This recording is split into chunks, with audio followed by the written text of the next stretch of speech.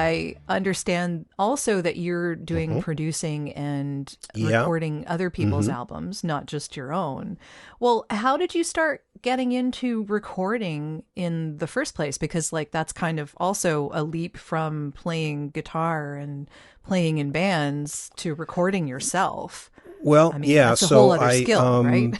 I started out before I got into recording audio. I got really heavily into MIDI, and I hope that the listeners all know what that is. But it's basically a protocol, a software protocol that allows devices to talk to each other. And this would have been basically what happened is one of the many, Mai and I have been through many bands up to this point, and a lot of people coming and going and so on. And we had a band called Syntax that we got some money together. We had a guy that was managing us, and we got money together, and we went to Berkeley, to Fantasy Studios, which is a really, well, it's gone now, but it was a really, really nice studio. I mean, a lot of very, popular albums have been recorded there. So it was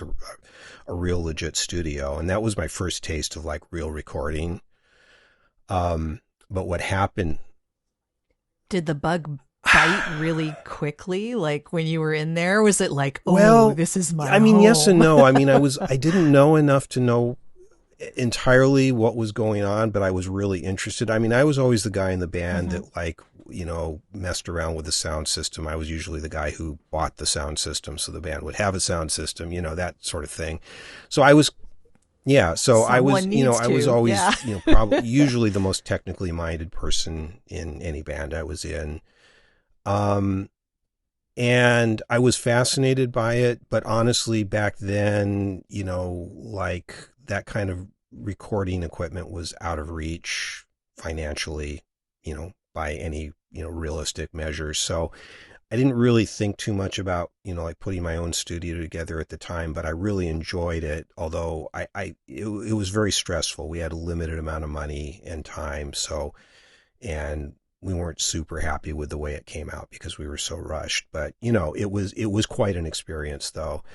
But we had all kicked in a bunch of money, but Maya and I kicked in the vast majority of the money to finance this thing. And then within a few months of doing this, and our managers starting to send packages out to try to get us signed, which is, I look back on it now and it's just adorable that we thought we had any chance at all of being signed. We weren't really that good, but Oh it's like, no. we were, we had our You dream. try, right? And anyway, a few months later, the band just sort of imploded, which was just like, ugh, again, and especially after having spent all this money, and I was, out, we were young and poor, Oh, and and Maya and I that's invested heartbreaking. something like $5,000 of our own money into this, and it was just like gone.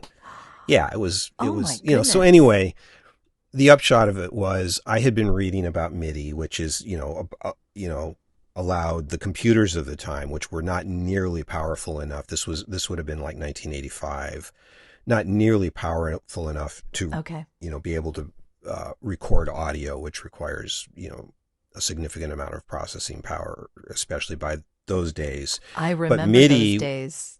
Yeah, I got my first right? computer in Yeah. 86, so So I Maya had remember. bought a compact portable, and I'm putting air quotes around that because it was like a little suitcase, and it had a keyboard that clipped onto the front of the Okay. monitor. It was all kind of a self-contained thing with a curly cord that connected the keyboard.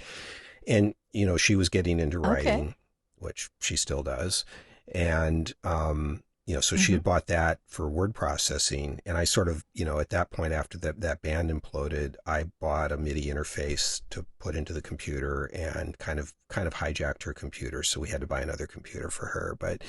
And so we started performing as a duo, and our setup grew to be where we had racks and racks of synthesizers, and we even had a MIDI controlled light show. And so Oh, I was wow. doing quote electronic music, but I wasn't really doing what you would think of as electronic music. I was trying to recreate the sound of our band, our ex band, with in such a way that just the two of us Uh-huh. could play. So I was Okay. trying to program like realistic sounding drum beats that sounded like, not like an electronic drum kit, but like a real drummer, and, you know, and so on. And honestly, I mean, I saw a lot of other bands at the time kind of trying to do the same thing. And I have to say, we did a pretty good job of making it sound human.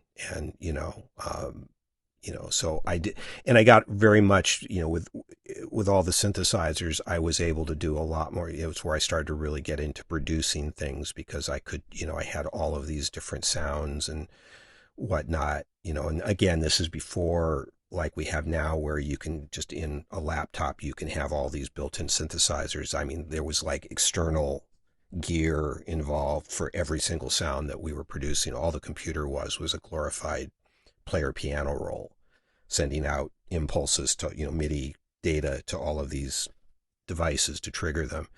So at this point, even there, I was not really doing any audio recording. This was all just MIDI programming and, producing music Mm-hmm. that way, and then I had, I would play guitar and Maya would sing. Um, and then I got a job for a music software company in 1995 doing tech support. It was a company called eMagic, and Logic was the sequencing program that, and there was an audio component to that. So I had to learn about digital audio for my job. I knew MIDI quite well, but so I had to get conversant with that. So at that point, and computers were getting to the point where it was just sort of on the cusp of where you still needed like a card in the computer with DSP on it to record audio, but it was just like within a year or so of my starting to work there, then there started to be native digital audio on computers. Again, very limited number of tracks and a limited amount of, the plugins. DSP effects were not that great at the time, but that's where I really got started. Putting an actual proper audio recording studio together. Where do you think things are going? I mean, there's Yeah, Dolby Atmos out there now, and you've been yeah, experimenting with that, I yeah. know. Atmos is really So, exciting. I have not set my studio up yet um, to really properly work. You can do technically you can do it in headphones, but I think to really do it properly, you need to have the full a full setup of surround and elevation speakers and whatnot. And right now, I'm very much, my studio is set up for stereo. Um, and mhm. honestly, one of the pieces of bits of friction for me, besides just the expense of all and the logistics of getting speakers in this room that would be adequate for doing it, is also um, the way it works. Using outboard gear like this, in the signal path as you're going. I mean, for recording through, no problem, but I use a lot of this gear um, sending out as I'm mixing, and sending out buses or individual tracks to be processed by this gear, and that's really not practical in an Atmos setup.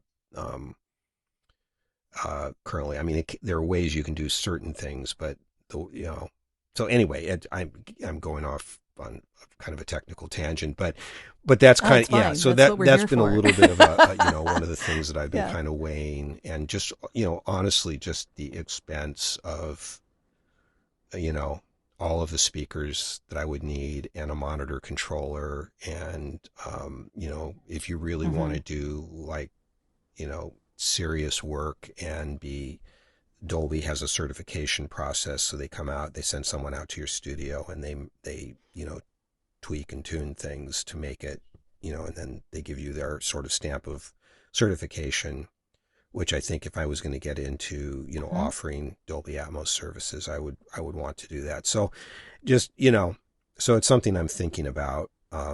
Not yet sure whether I'm going to do it or just enjoy um, Atmos music that other people produce. We'll see.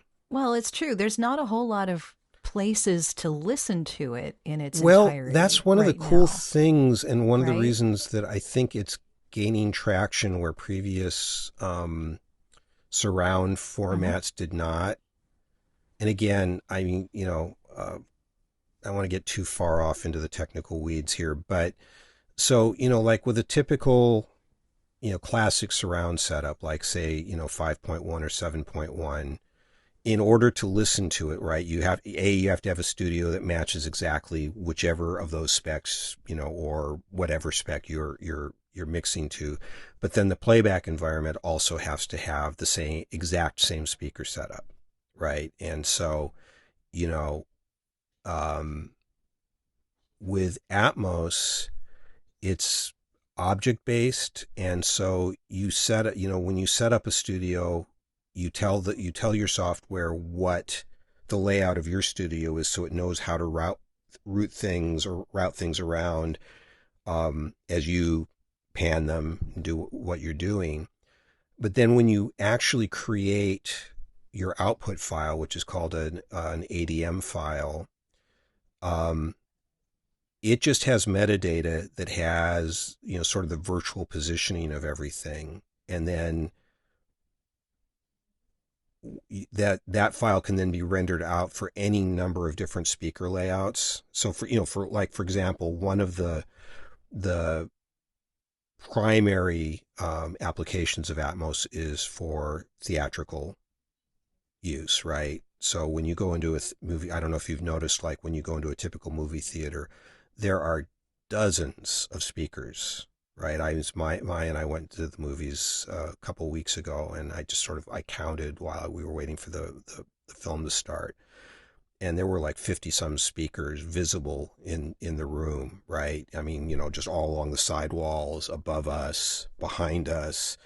I'm sure there were a bunch of them behind the screen, that I couldn't see.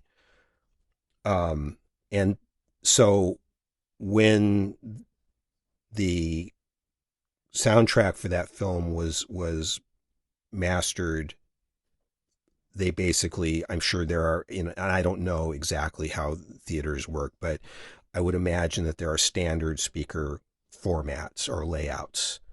And so the distribution company for that theater rendered from the ADM file an output file that knows where all the speakers in that theater are, and it just takes the metadata that says, oh, this sound should be coming from, slightly behind your left shoulder, and sends it to the right speakers in that theater to do that. So it's very flexible in that way.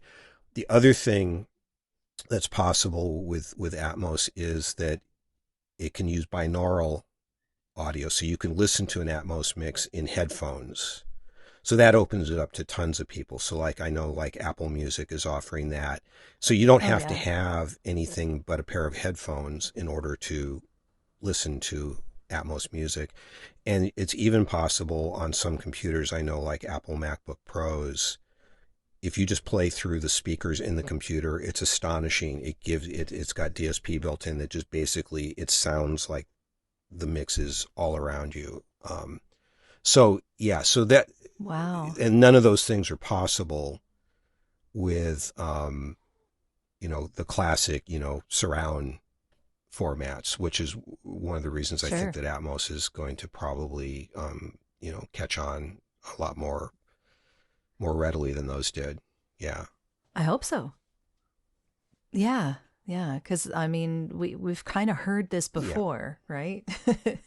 There are a few things that have been Right. predecessors to this that Right. haven't really taken off, unfortunately. So yeah, I'm encouraged by Hmm. where Atmos is going, and I'm looking forward to seeing how it manifests itself with the Right. regular everyday Right. person who's just listening in headphones, because that's how you know Hmm. it's been adopted, right? Yeah, it's going to be interesting to see where it goes.